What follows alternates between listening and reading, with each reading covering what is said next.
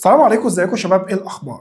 اوبو رينو 13 سيريس. فخور جدا ومتحمس جدا لهذه المراجعه لثلاث اسباب مش قادر اخبيهم عليه. السبب الاول هو اننا خلاص بقينا نشوف سلسله الرينو في مصر بدري. انا فخور جدا بصراحه ان احنا نزلت لنا سلسله الرينو 13 بدري زينا زي باقي الناس، والسبب في ده حاجه مهمه جدا مخلاني بصراحه فخور جدا باللي انا بقوله، ان الاوبو رينو 13 5G والاوبو رينو 13 اف 5G الاثنين جايين صنع في مصر. اما البرو فهو الوحيد اللي فلت مننا، ولكن هيروح مننا فين؟ ان شاء الله السلسله اللي جايه واللي بعدها وكله هيكون ان شاء الله صنع في مصر. الميزه الثانيه اللي محمساني للتجربه جدا، واوبو من اول الشركات اللي تعملها، هي الميكس الرهيب جدا اللي اوبو عاملاه ما بين الاندرويد والاي او اس. وده بقى هتلاقيه ممتد معاك في حاجات كتيره جدا، من اول الديزاين اللي انت لو بصيت على الموبايل من غير الباتر فلاي الرهيبه اللي على الظهر دي انت هتقول ان هو واحد من سلسله الايفون 16.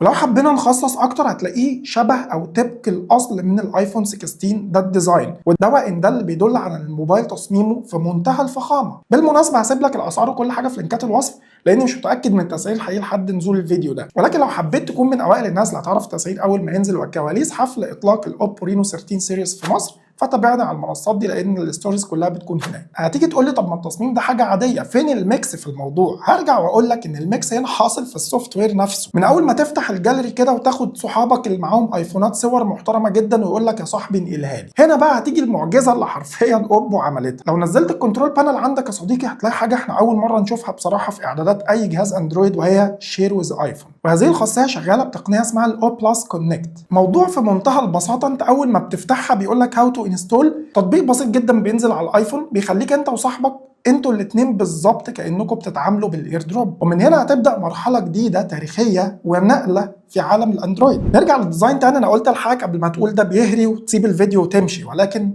لسه ما خلصناش. الديزاين هنا بصراحه قطعه فنيه من اول ملمس الموبايل في ايديك. لو هنتكلم عن الرينو 13 بالذات هتلاقي هنا ان الاطار معدن وفي انتنات الشبكات، وهتلاقي حتى سيت اب الكاميرات مميز جدا. هما الاثنين بصراحه سيت اب كاميرات واحد، والفراشه دول يعني لما بقلب الموبايلين كده واحطهم الباتر فلاي نص جناح الفراشه وتيجي تتني كده كأن الموبايلين حقيقي فراشه بتطير. رينو 13 اف بيجي يعتبر بنفس سيت اب الكاميرات، الفريم من البلاستيك ولكن مسكته مميزه ومريحه جدا، وهو اكبر من الرينو 13 العادي بحاجات بسيطه. هنلاقي عندنا في الرينو 13 5G مستشعر الانفراريد اللي بيخليك تستخدم الموبايل كريموت كنترول. وخلينا افصل لك يا صاحبي حته دقيقه جدا في سلسله الرينو 13، ويمكن دي العلامه الفارقه اللي لازم اشيل موبايل من اوبو بسببها. السلسله كلها جايه بشهاده مقاومه الماء والغبار IP68 و IP69. كل ده عادي، لكن الجميل هنا ان اوبو عامله لك وضع خاص بالتصوير تحت الماء. اكتر معضلتين كانوا بيقابلوني وانا بصور تحت المايه التاتش والفوكس. بتلاقي التاتش هيس وبالتالي الفوكس هرب، وبالتالي الموبايل لو جايب معيار 2000 تحت المايه انت ما بتاخدش تجربه تصوير محترمه،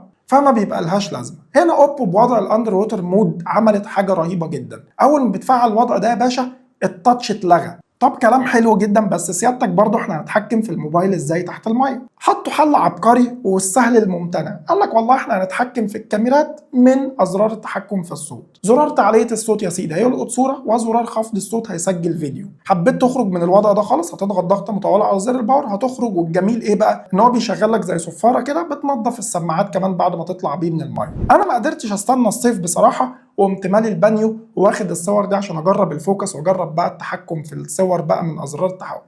شغل فاخر. من ضمن المميزات الرهيبه اللي هتلاقيها في سلسله الرينو 13، انا بكلمك عن السلسله عموما، وهبدا بقى كمان شويه الخص معاك تجربه الاستخدام في الرينو 13 والرينو 13 اف. ولكن خد بالك كل ثانيه في الفيديو مهمه. وقبل ما نكمل ادعمني بلايكك واشتراكك عشان الكلام مهم جدا، ولسه ده كده اول الفيروس قطره زي ما بيقولوا، ولسه في فيديوهات كتير هتتعمل عن السلسله دي ان شاء الله. اكيد انت ملاحظ حماسي، فخلينا نرجع تاني نتكلم عن ميزه رهيبه جدا جدا وهي اللايف فوتو. هترجع تقول لي تاني طب وايه الغريب في كده؟ ما كل الموبايلات بتدعم اللايف فوتو. هرجع واقول لك ان اوبو عملت في سلسله الرينو 13 حاجه رهيبه جدا، ان انت تقدر تسيف اللايف فوتو از GIF او از فيديو. فبراحتك بقى، عايز تسيفها GIF سيفها، عايز تسيفها فيديو سيفها. والجميل كمان ان انت تقدر ترفعهم على السوشيال ميديا GIF او فيديو، وكل ده لقطه صوره بس. سلسله الرينو من زمان بتنزل لمحب التصوير، فعشان كده هبدا معاك بالكاميرات. الاوبو رينو 13 5G والاوبو رينو 13 اف 5G بيجوا بثلاث كاميرات. الاساسيه 50 ميجا بكسل فتحه عدسه اف 1.8،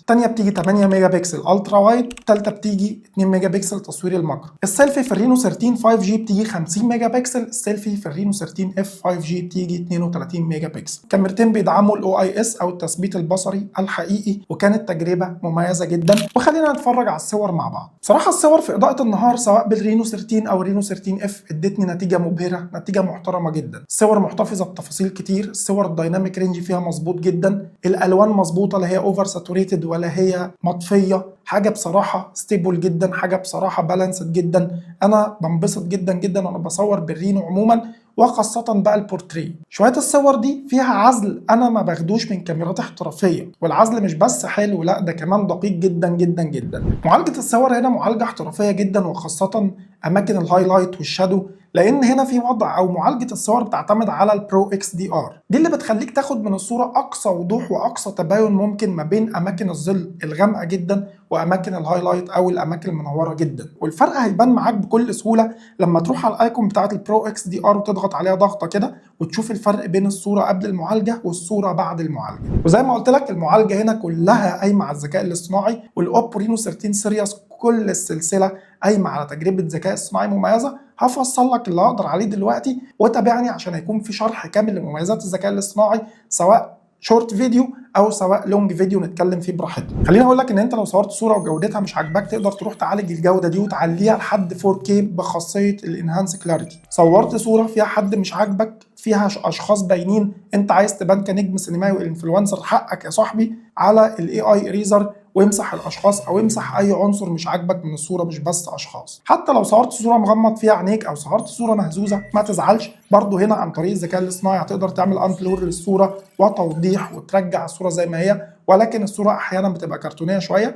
فاعتقد مع التحديثات الموضوع ده هيظبط. بالاضافه طبعا برضه ان انت لو بتصور من ورا ازاز او في ريفليكشن في ازاز انت بتتصور وراه او اي حاجه، تقدر بخاصيه الريموف ريفليكشنز ان انت تشيل اي ريفليكشنز من الصوره وتاخد صوره نقيه وواضحه. لو رحنا على تجربه التصوير الليلي فهتلاقي تجربه مميزه جدا، مع اختلاف طبعا الفئات اللي نازل فيها رينو 13 والرينو 13 اف، ولكن الحقيقه الاثنين قدوا اضاءه تفاصيل كل حاجه ماشيه كويس جدا، ما عنديش اي مشكله ولا تعليق على الصور اللي هي. والمميز كمان ان انت في الاوبو رينو 13 بتقدر تصور على كواليتي 4K 60 اطار في الثانيه، سواء بالكاميرا الاماميه او بالكاميرا الخلفيه زي ما هتشوف دلوقتي. بالتصوير الفيديو كصانع محتوى على الرينو 13 5G كواليتي 4K 60 اطار في الثانيه، وفي فيديو تاني طبعا هعمله لكم عشان نتجرب فيه مع بعض التثبيت البصري. دي تجربه تصوير الفيديو بالرينو 13 5G، وتجربه التصوير البصري وانا بصور على 4K 60 اطار في الثانيه زي ما انتم شايفين. نجرب كده مع بعض ال 2X، حاجه رهيبه جدا، ما فقدناش تفاصيل برضو.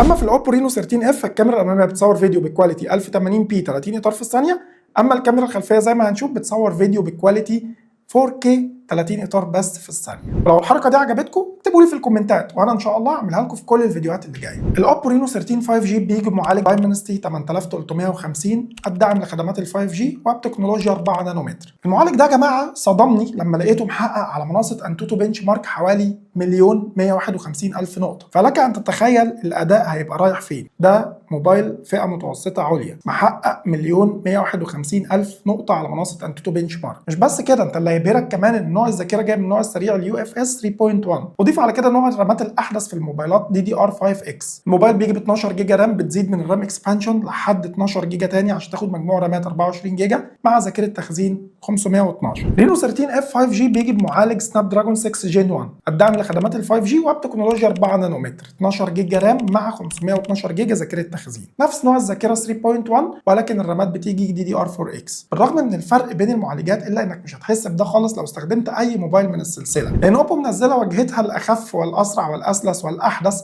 الكالر او اس 15 المبنيه على الاندرويد الاحدث اندرويد 15. الواجهه بالكامل بتدعم الذكاء الاصطناعي زي ما شفنا الاي اي تول بوكس، وزي ما شفنا اللايف ترانسليشن، وزي ما شفنا حاجات كتيره جدا. قلت لكم بقى ممكن نعملها في فيديو منفصل، الفيديو كده داخل في ساعتين، وتقدر برضو تتابعني على المنصات دي لان عامل اكيد ريل عن هذه المميزات هناك. لو رحنا على تجربه بابجي كمهام تقيله، هي طبعا معيار للمهام التقيله، هتلاقي نفسك واخد على الموبايلين 60 فريم، واخد جيم سلس وفريمات عاليه والدنيا زي الفل. خلينا دلوقتي نروح نتكلم عن شاشه الاوبو رينو 13 اف 5G والاوبو رينو 13 5G.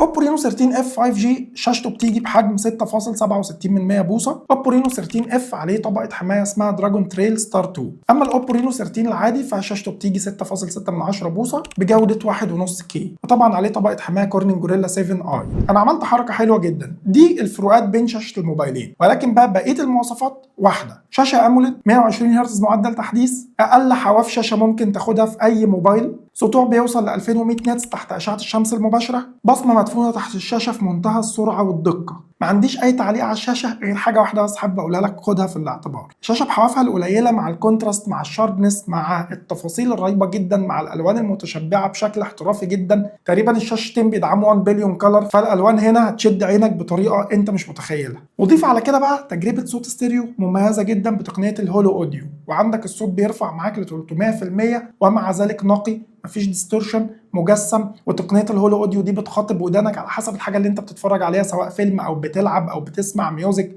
او اي حاجه. السماعات بتخرج لك صوت ملائم جدا للحاجه اللي انت بتشوفها او بتعملها عشان يروح على ودانك ويديها افضل تجربه صوت ممكن تاخدها. السلسله كلها بتدعم الجيروسكوب سنسور الان اف سي عشان الدفع اللاتلاموسي، مستشعر تقارب هنا هاردوير حقيقي وما بيغلطش. اوبو رينو 13 اف بيدعم تركيب كارت ميموري مكان الشريحه الثانيه، الاوبو رينو 13 العادي ما بيدعمش غير تركيب شريحتين بس. بطاريه الاوبو رينو 13 اف 5G جايه 5800 ملي امبير، بتدعم الشحن السريع بقدره 45 واط، وكمان بتدعم الشحن العكسي. واوبو بتقول لك ان البطاريه دي كفاءتها مش هتقل عن 80% طوال الاربع سنين. البطاريه دي عملاقه صمود، هتصمد معاك يومين مستريح جدا، وحتى لو شحنتها 5 دقايق هتاخد بيها تشغيل ساعه ونص فيديوهات يوتيوب. البطاريه دي بشحنه واحده تشغلك 14 ساعه جيمز خفيفه متواصله، فلك ان تتخيل كفاءه البطاريه عامله ازاي. اما بطاريه الاوبو رينو 13 5G فبتيجي 5600 ملي امبير، وبتدعم الشحن السريع بقدره 80 واط والشحن العكسي بقدره 33 واط. البطاريه بتشحن بالكامل في 47 دقيقه، وبتكمل معاك يوم ونص مستريح على المهام الخفيفه والمتوسطه. اوبو بتقول لك ان كفاءه بطاريه الرينو 13 مش هتقل معاك عن 80% طوال 5 سنين، وده رقم كبير جدا والحقيقه يحترم. ودي كانت اكتر الحاجات اللي عجبتني في سلسله الاوبو رينو 13، وخاصه الرينو 13 اف 5G